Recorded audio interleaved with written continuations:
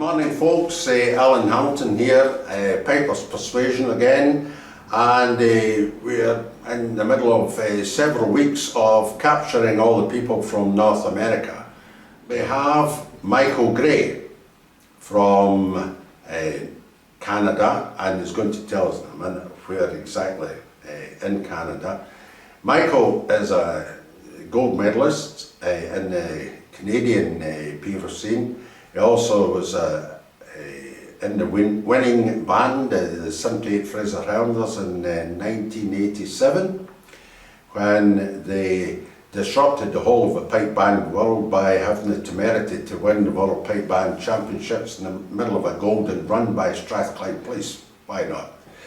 Anyway, Michael, very interesting chap, publisher, blogger, maker of fabulous CDs, teacher, and he'll be judging next week and destroying a few egos, no doubt, when he's there. So we're going to discuss all this, and quite a lively character. So as usual, we advise you in Pipers'Persuasion, sit back and enjoy it.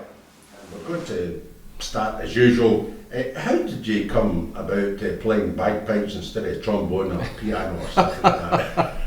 You know what? I've always liked the sound of the bagpipes as far back as I can remember, and it was one of those things that from my earliest times that I can recall, I always wanted to play the pipes, and I asked my parents repeatedly, I think I did anyways, can I learn the pipes? And they couldn't find a teacher.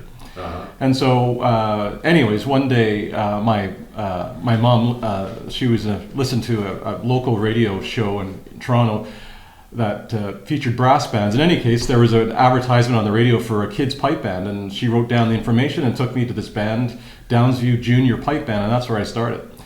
And whereabouts in Canada? So this would be the west end of Toronto. So the deep, dark suburbs of Toronto. That's where I was brought up. Yeah.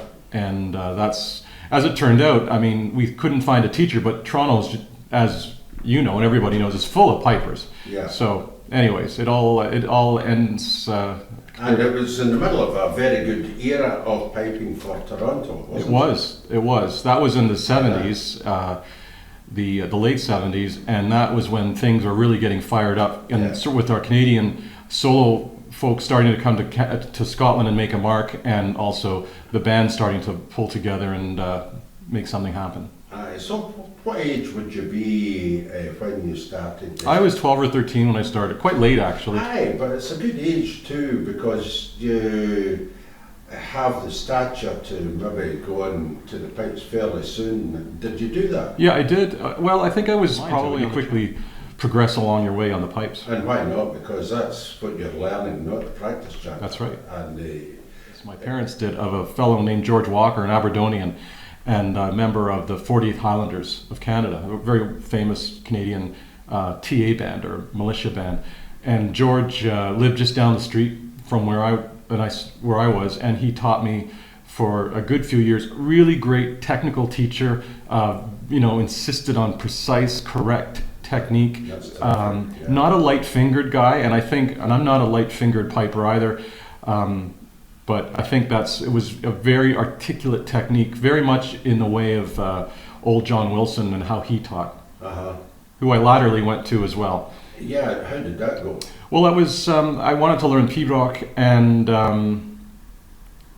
so John Wilson was the go-to guy of Toronto for that. Mm-hmm. And I went to his Saturday afternoon semi-private lessons, and then eventually went to his house for lessons. And it was quite expensive at the time for lessons at his house. I remember, at least it was for my family. And so I saw him every other week. And he was he was older when I did go to him, and he also wasn't all that well, I don't think.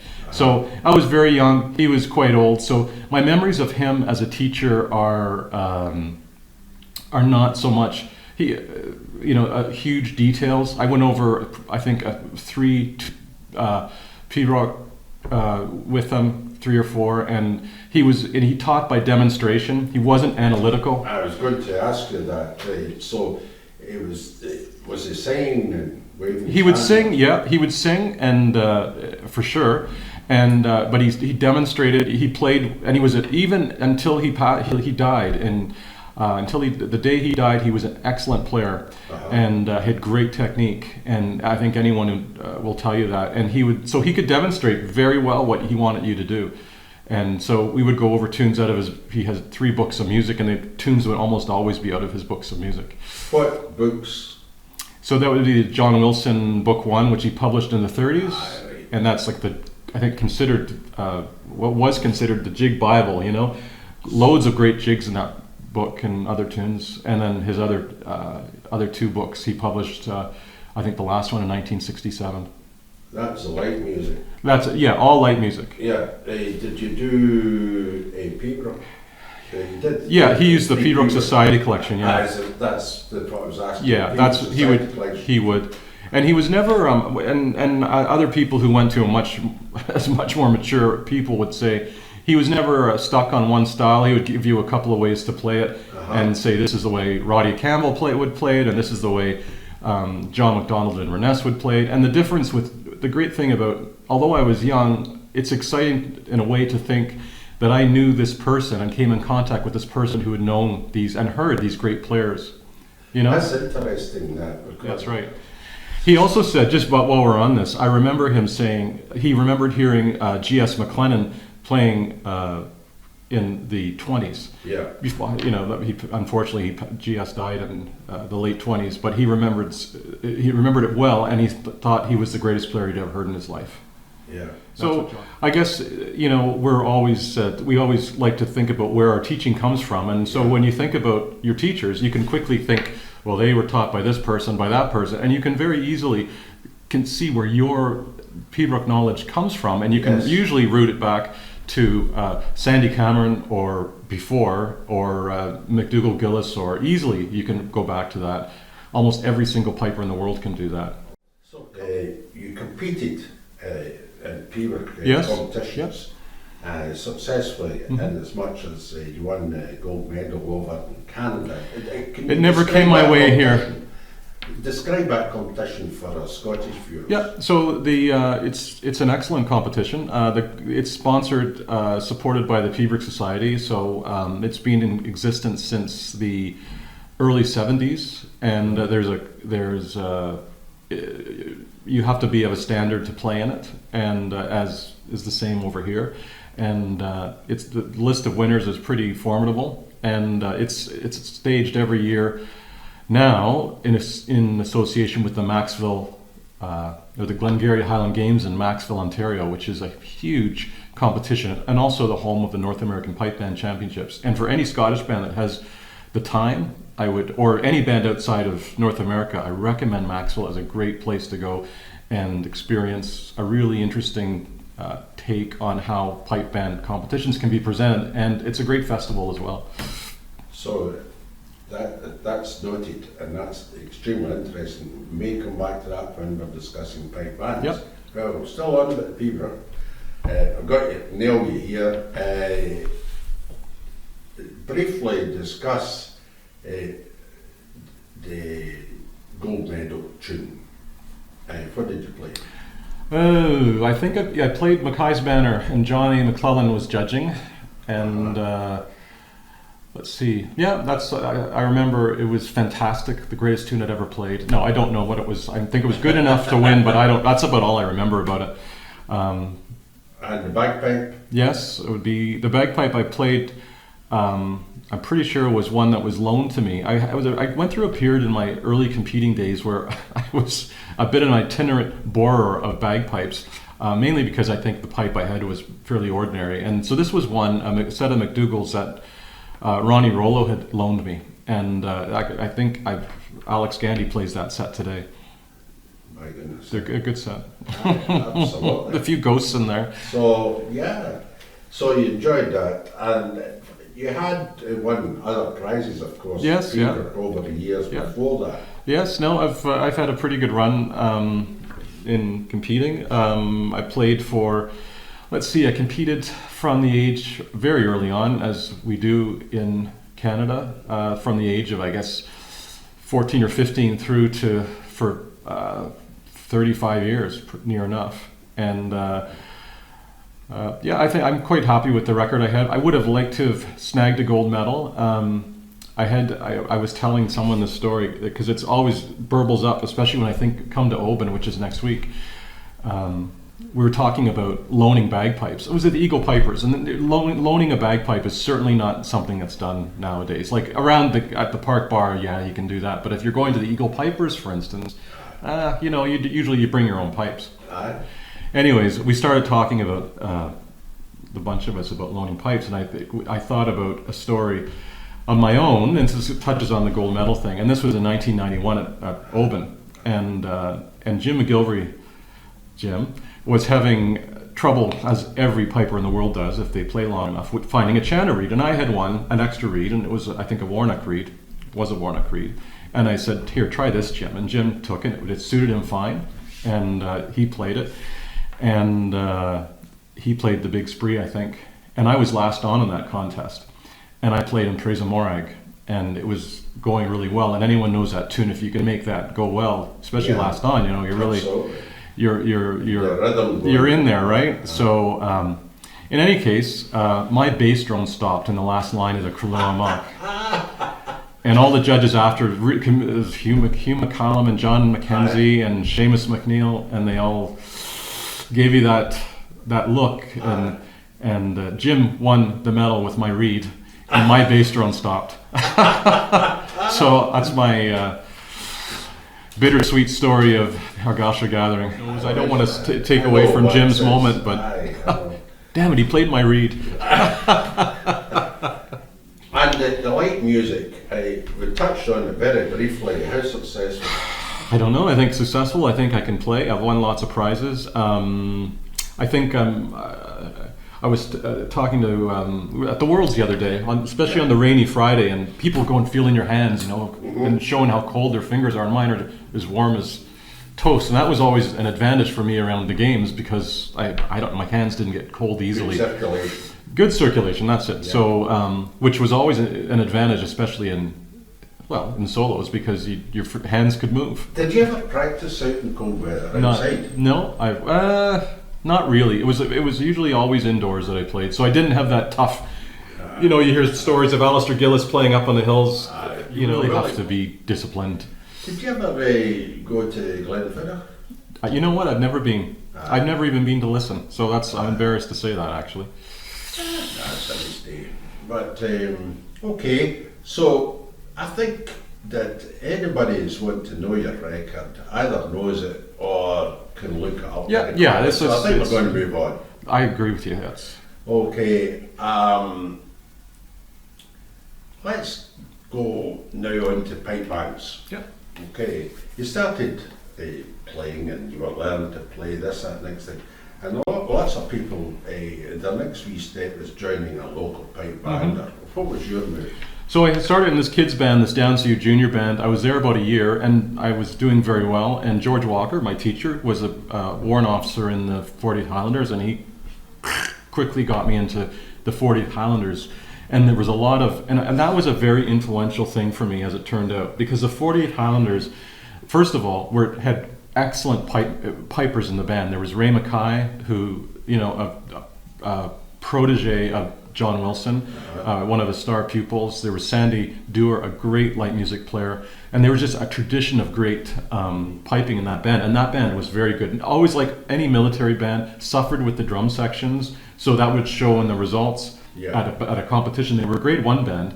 But anyway, so I joined this band, and I had to learn a massive repertoire of traditional tunes, and that was a big influence on me, because anyone that it was because they would learn something like 12 or 14 sets and the set in those days for this band was a 2/4 march, a 2/4 march, a spade, a reel, and then a 6/8. And we play in the band room, marching to the 2/4, stop, play the spade and the reel, and then march to finish the set with a 6/8. So I learned all the Bobby McLeod 6/8s, the Seamus McNeils, the Duckett Park, and all these Yeah. These great 6/8 Redford Cottage. It's a great discipline, that, isn't it? Really was. Really was. Everything else, you're blowing your instrument, and you're forced to blow your instrument for 2 hours, whereas a solo piper gets very lazy. That's done well for 20 minutes. So that's a good point. That's Yeah. the discipline there. That was Yeah. so that learning all those tunes, getting a big traditional groundwork of repertoire,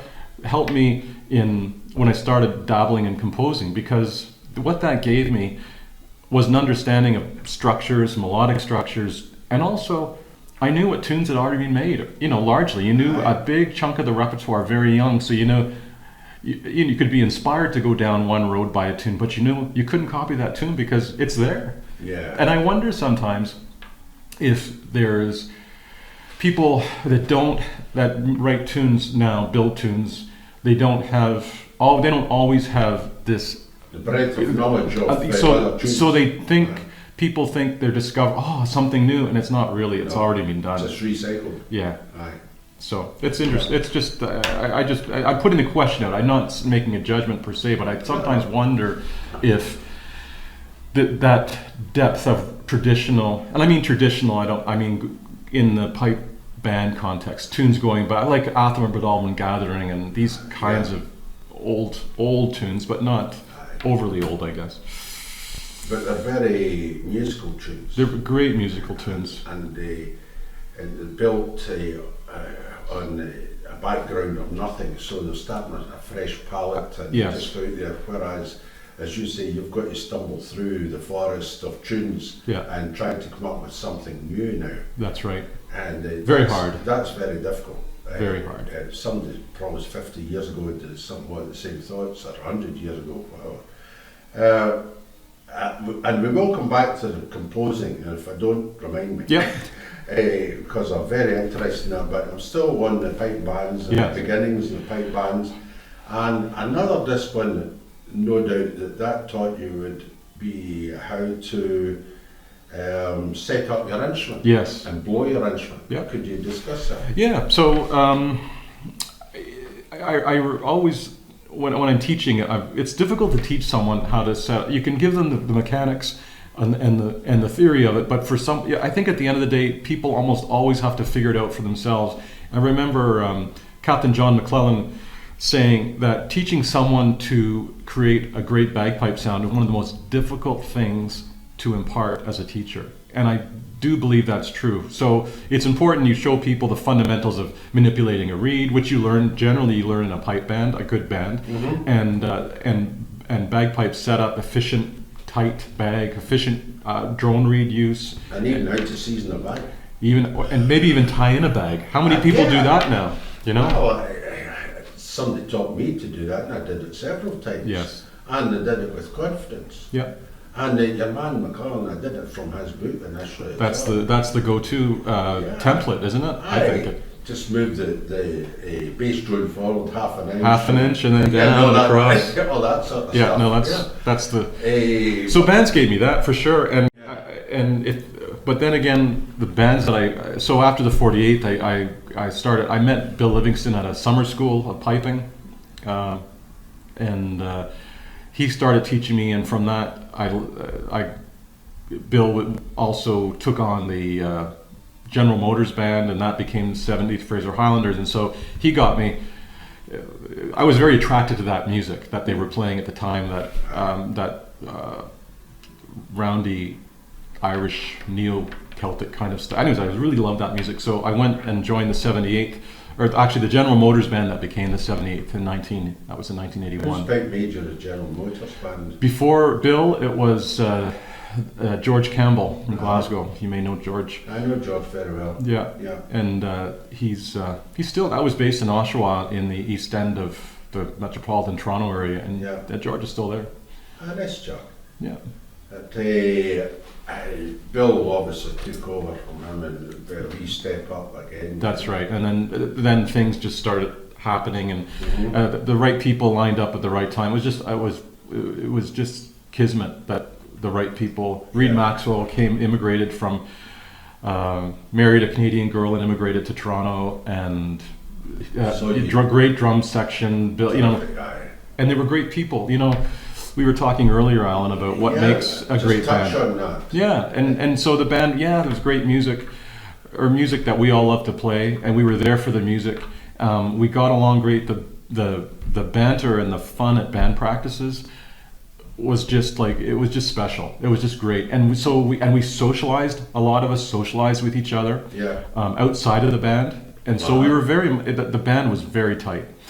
And so apart from playing tunes, you would have a good laugh before and after a band we'd practice. have to go for meals through the week or the weekend or outside. Did you go for a meal after a band practice? It would be something like chicken wings or something like that. But it's always a pint after practice, always. Now, also that was back in the day before, when people might drive their car with a bottle of beer between their legs. I'm joking, but it was a much different world. Yeah, of course it was. A much different world. But it was very, I just can't say enough how the positive social part of that vintage of the band. It was just great. That's essential, and probably the music shone through that. Absolutely, and the playing, the performances, and the desire to get better in order to help the team, your friends get better.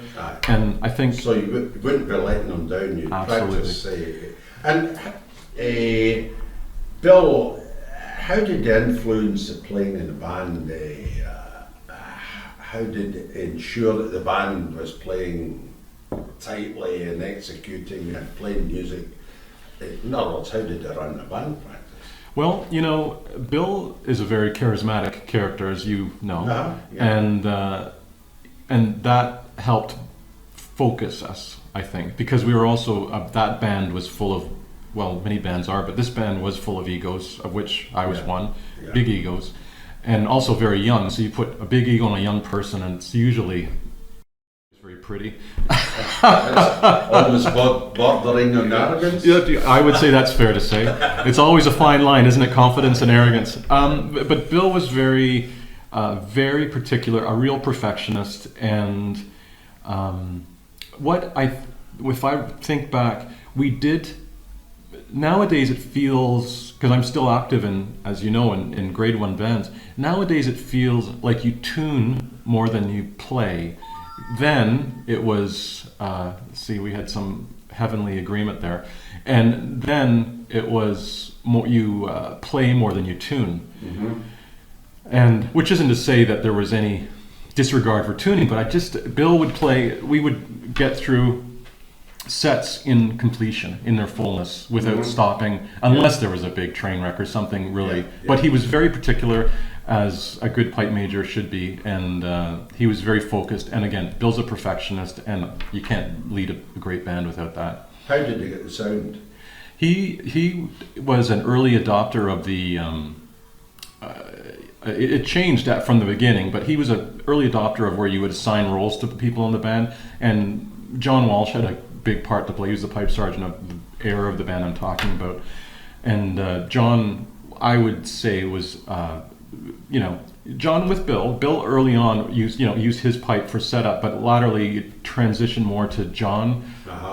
And John like Bill, has a great ear, and it was a blower of the instrument. Oh, big instrument, and John was born of the McAllister shots. And he tells stories of projection. The gut busters and because the stronger reeds generally do is give you more reliability and stability. Yeah. So.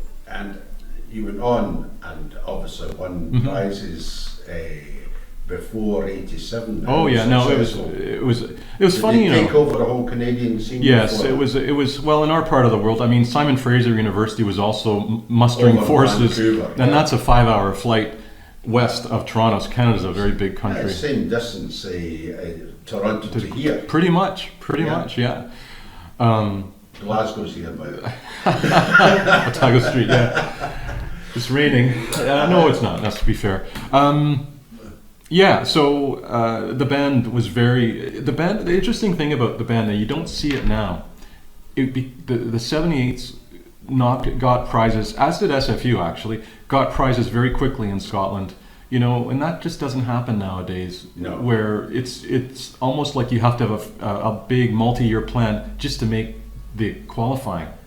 game. And I think if you were to ask any judge, they would say, I'm doing that. So I mean, it could be subconscious, I don't know, that this is happening, but it's and the other thing, of course, is when you were playing in '78, you had a small band in comparison. Mm-hmm. How many pipers? 12, so 14? when we won the Worlds, we had 11 pipers Yeah. on the field and 6 so sides. that's easier for a judge to judge. Oh yeah. Really?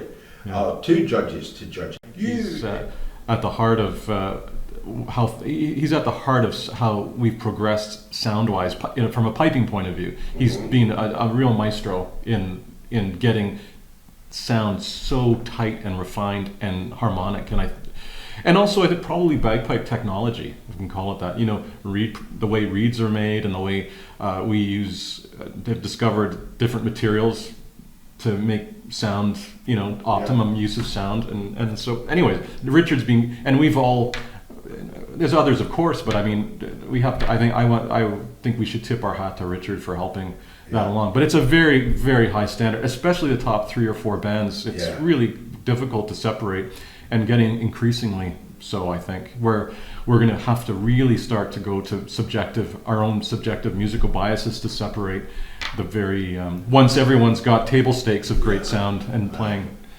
And so between playing safe and really trying to separate the whole scene out, probably the truth is that the 12 that get through and qualified last Saturday are all super bands.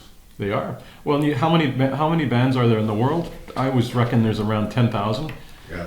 And this is 12 of that. And do the math. I mean, the percentage is 0.0000. I mean, it's just really the cream of the creme de la creme, and all of grade 1 really, for that matter, fits in that category. I do wish though if that we could up the excitement level of that contest, and that would be to remove the qualifier, which sucks energy from pipe bands. It's not a good scene. No, it's not. There's so many thoughts flying through my head about that. I don't know if it actually subtracts from the music. It's not a good thing. There's no energy on the park. You can only feel anxiousness and nothing pleasant on the field on the Friday. Happily, the only people on the field on the Friday to experience that are bandsmen, because there's no spectators, except for family. And a very, very wet day last Friday, there was 17 men in a duck there, I counted. Is that right? Well, it was miserable. It was miserable everywhere. It was miserable everywhere. And if I could somehow wave a wand to get rid of that, I would, because you can adjudicate and put bands in an order in a 25-band contest. To hark back, the sound that you heard from, say FM on Saturday, right, and typical FM this year, last year, how did that compare with the sound that was Bill Livingston produced the Simply Fraser Hellers to at Wynn in 1987? That's a good question. I could be flip and say, well, we were like a grade 3 band in '87. That's not true. It was good sounds. It was just different. The pitch was much lower. The clarity of the intonation couldn't be compared to Richard's sound at all. I think that there was a pleasing harmonics in '87 that was there.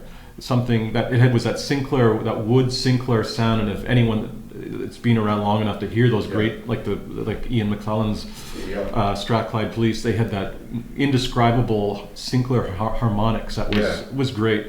So also a smaller band. It was rougher, but it was still pleasing. And it's difficult. It's apples and oranges.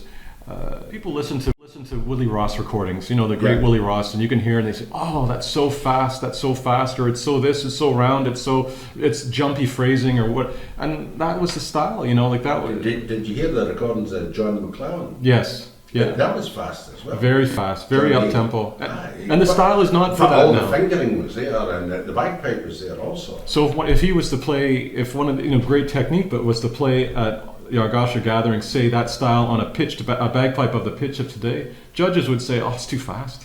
Aye.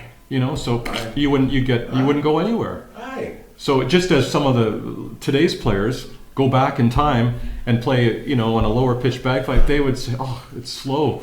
They'd go nowhere.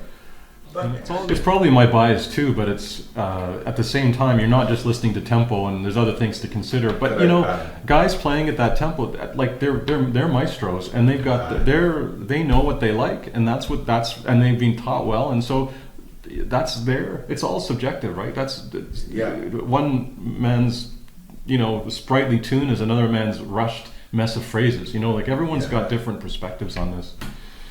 So. Still on the pipe band, and why not? Because the 78 Fraser Hellners that day in 1987 took the place with Storm. So did SFU, incidentally. Yeah. I think they were well up in the prize list as well. They were second, I think. Were they? I think they were second. I think they were third. I think I don't or the other way around. Bad day at Black Rock, right? But very, very good band, and they had a different approach. Again, are you aware of how they approached their practice? No, I think they were much. I'll leave that for you to talk to one of the guys, but I know that their approach was probably more analytical than the 78s. Yeah, and so off the back of that, you had the concert thing, but you did the concert thing before the championship, am I right? Yes, right. We did it the Wednesday before the Ballymena concert. Tell us all about So that was a great, you know, sometimes I hate talking about all this 87 stuff because it's kind of like the old fart talking about. No, it's interesting. But the Ballymena show was in the context of the day was really special because a Canadian band doing a concert in Ireland, and also having just come off a high prize at the Worlds. So one of the seeded bands, if there is such a thing, at the World Championships the following Saturday. The Irish people are, as you know, probably the most intense pipe band aficionados in the world. Absolutely. And there's no one more intense. And so they just love the band. And the band had a real Irish flavor to the music that was being played and embraced, that Irish feeling. That roundness, the band played fast. Yeah. And they love that. What was your opening tune there? It was Up to the Line, that medley at the Worlds. Yeah, it was a tune Bruce and I built together. Yeah. So the trip, and also the other thing, that Ballymena trip was at the height of the Troubles, and the people that we were sponsored by the Gray Memorial Pipe Band. A very good band of the day in Northern Ireland, and little unbeknownst to us, or certainly not to me as a very young guy in the band, they were protecting us and watching over us. Sorry, not to make too big a deal of it, but you'd really have to understand the times. We would be followed if we went into town to shop by volunteers from the organization, and I remember coming off the concert was great. I mean, we all felt like rock stars, signing programs, and it was just amazing. It was a fantastic concert. It was a great concert, and we came off into the bus, and I just there was German Shepherd sniffer dogs and soldiers going through our bus, and that to me is when it finally came over. Wow, it's a real deal. This is the real deal. So watch where watch your step, Yeah. But so all that made it almost surreal, that time. But the memories of it are nothing but all positive, all great. I made a disc. Yes. The band. It was a big. I think it still sells. Yeah. It still sells. Listborn made it. Yeah. And I'm just going to fast forward. This year. Yeah. Tell us about that. So we reprised that as a tribute band. We were, it's the classic tribute band. We built a project. Reed Maxwell came up with the idea. We talked about it, the two of us, a couple of years ago, and I pitched it to the Celtic Connections people, thinking the easiest way to make something like this happen would be to have where you've already got the framework for supporting a show like this, right? So they were all over it. So we assembled a bunch of people who thought could quickly pull together a incredible, listenable pipe band. Learn the tunes. Yeah, learn the tunes and play well. And so we did that, and we drew in some of the original guys from the band who were still actively playing, and through that mix had this magical thing happen last January in Glasgow. It was just incredible. And you did several pipe majors. Yeah, we had the aforementioned Richard Parks and Ross Walker and Duncan Nicholson and Alan Tully and Terry Tully and and all these great drummers. It was just great. So it was again a fabulous concert. It was a fabulous concert. It was sold out. They loved it. They played the McCallum Chanters there, and yes. McCallum sponsored. They were great. McCallum has been a great company for piping. Period. I mean, I've always been associated with McCallum's, so I'd be expected to say that, but they're great. Yeah.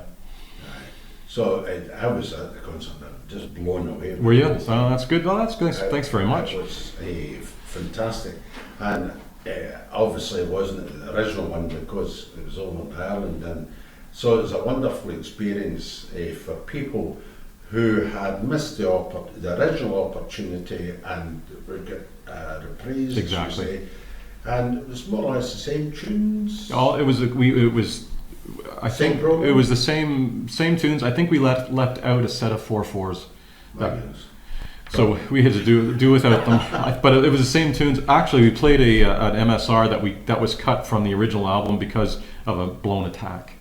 So we played one extra MSR in January that was nixed from the original recording because.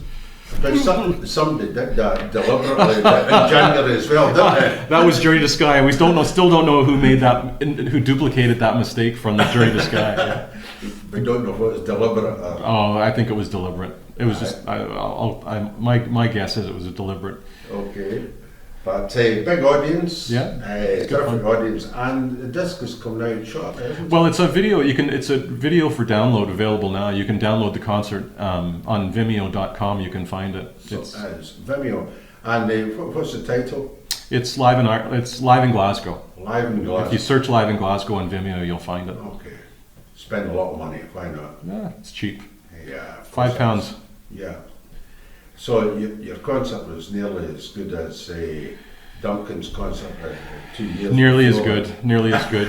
That's what Duncan said too. Did you play in that? I did. Yeah. Yeah. How did you enjoy that? Oh, it was great. That was my first experience with the Polis, and it was great fun. And that's one reason I came and played with the band, because of the music.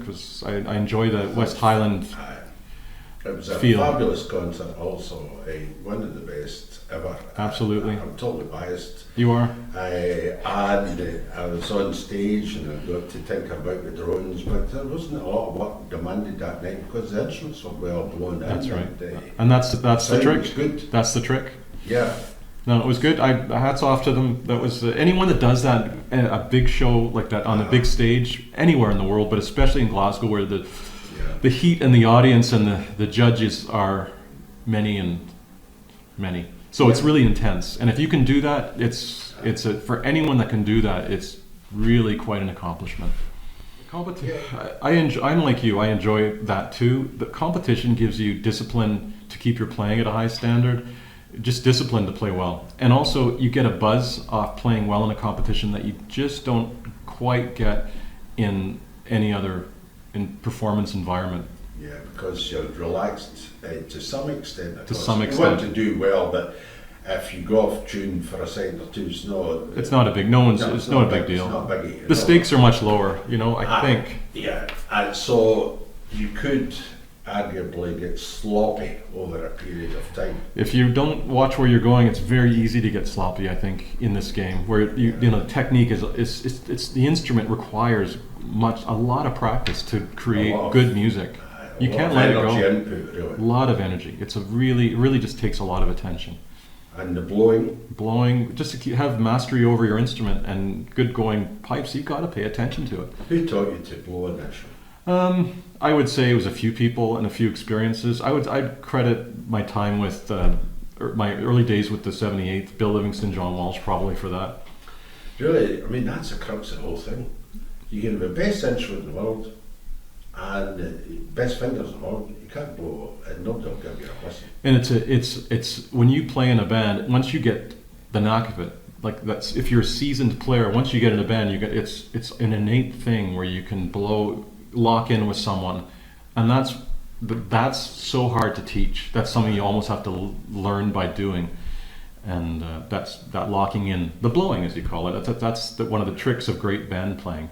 I remember, and that's so your influence was Walshin. I would say that time in the band, yeah, that's where because you can't be a member of a top flight pipe band unless you've got that ability to blow pipes in tune, you know. Composing. Yep. Talk about it. So I've composed since I was a kid, pretty much since I started piping, say around 16 or 17. Yeah. Always just to amuse myself and to see if I could do it. And I'm not the kind of guy that just walks along the street and some tune comes to me. I take the chanter and I just play around with it and phrases, and that's how I generally go about composing. I've been lucky that in the bands I played in, there's been chances to play, to create tunes that the band plays. And I think in the case of the 7/8, for instance, I was kind of in the right place at the right time, where they played quite a few of my tunes, and they got picked, played by other bands, and so you could build a reputation as a composer. And I think it's harder actually today to do that. So what style of tune and time signature was your favourite? Don't know if I have one. I really don't know if I have one. Was there anything predominant? Hornpipes, reels, jigs? I've written them all. I've dabbled in all the time signatures. One of my personal favorite tunes if you're asking about time signatures, is a tune called "Blustering Home," and it's multiple time signatures: 15/8, 18/8, 9/8. So it's a simple tune, but it's in compound time. But it's hey hadambo dande hey damba hey da di hey dadambro, and that's probably one of my favorite that I've written of the tunes, and so it's got lots of time signatures. It sounds like a Bookie's line, actually. All the brackets, cross trebles, and accumulators. Yeah, that's. Thank you. No, it's too clever for me. Sorry. Not at all. But So the Fraser played a lot of your tunes. Yes, they played a lot of my tunes. Yeah. And Up to the Line. Yeah, that was. Other ones. Yeah, Up to the Line, and if you look at if you want to look at the back catalogue of that vintage of the band, I mean, there's the Live in Ireland and the Live in Scotland, and these records will show you. You can look and see. But yeah, no, they played a lot of my tunes. You left the 78 Fraser Handlers. Where'd you go? I took over the Peel Police Band. I was pipe major of the Peel Police Band. It was a good band. We came to Scotland quite a number of times. I think the highest we placed was 8th at the Worlds. That's where I discovered at that time today, if you want to be pipe major of grade 1 band, it's your life. And it was just too much for me. So after 4 or 5 years, it was taking over, and I just had to step away from it. Your professional life? Yes, I work at a big bank in Canada. I'm a change manager by profession, so I work at the Bank of Montreal in Toronto, and it's So you're that going on in the background, and you're trying to be major a first grade pipe band. Yeah. It's really so that's where but then again, look at other guys like guys that lead all the bands. They've got lives outside of the bands, including jobs, and so it's a very demanding job. And I think that's one reason why a good pipe major is hard to get, and a good lead drummer is hard to get. Yeah, because it's so demanding at the top, especially at the top. Total commitment. And did you ever get annoyed at a lack of commitment of the folk underneath? Absolutely. When you're putting your all in and other people are not, it's very and that's frustrating too, and that needles away at you and instead of giving you energy, it takes energy, and that's a very dangerous bad thing. I always say if you don't laugh, you cry, and you have to laugh, and you can't. It's a serious game, but you can't take it too seriously because it'll be the death of you. And you got to remember, at the end of the day, while it's everything to us, it's only pipe bands. It's a hobby. It's a hobby. It's not a job. You're working in the bank, that's your job.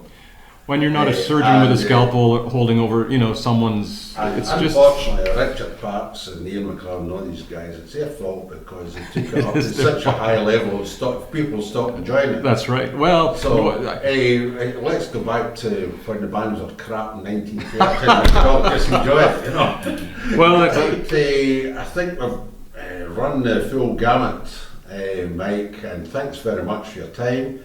That was excellent, and I'm quite sure that once people in Canada, Scotland, and Hawaii, and Rio de Janeiro watch this, they'll be thoroughly amused and maybe learn something too.